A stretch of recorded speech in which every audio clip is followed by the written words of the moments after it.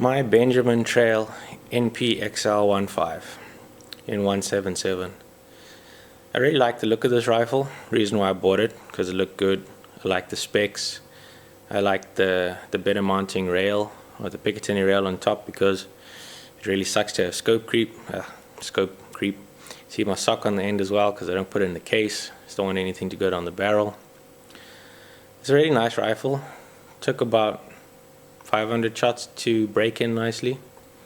I have stripped this as well, sanded down the inside of the stock.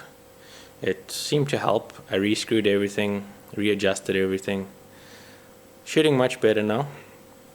The scope, as with my Gamo review, it's a pain in the ass to get the scope to not creep on these rifles, especially this one. The first 2, maybe 300 shots, this scope jumped all over the place.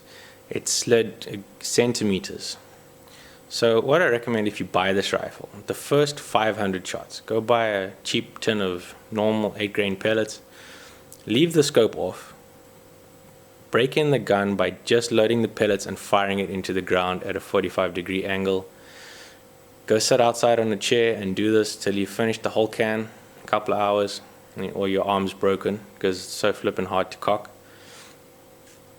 Do that before you put the scope on, or you're going to have to remount your scope about 6 times like I did. Eventually, I got it by doing the same thing as I did with the Gamo. You run some sandpaper through the little scope clip on top, or the seat, some sandpaper over the scope tube, double-sided tape, screw everything down, you put clear nail polish to hold the bolts or the screws from moving, some black insulation tape behind the scope rings. That way, if the scope moves, you can see. Overall, I really love this rifle. It looks much nicer than the Gamo. It looks like a genuine rifle, looks like an actual rifle.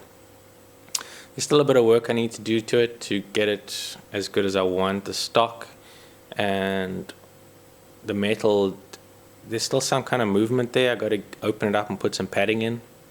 I think that'll help, but I'm getting really good groups only with the one pellet, which is that H&N copper. Yeah, I would say if you can pick one of these up for a decent price now that the NP2 has come, go for it. You won't be disappointed, but you're going to have to put a little bit of work into it. There are trigger upgrades and things you need to do with the trigger. I was going to do it, but then I just learned how to use the trigger, and I was pretty fine. Shooting this, you got to bring it back hard into your shoulder, and don't use the pistol grip. Rest your thumb on top like a normal rifle. That way you get much better shots. Also, keep your mouth open when you shoot. That way your cheek muscle's not going to influence it. Rest your head very slightly on the stock. So you're holding it tight in your shoulder. Your head is barely touching the stock when you look through the scope. Your hand is just pulling it back into you. Your thumb on top is putting a bit of pressure down. That way you're going to get good, consistent groups. I am going to make a video about that.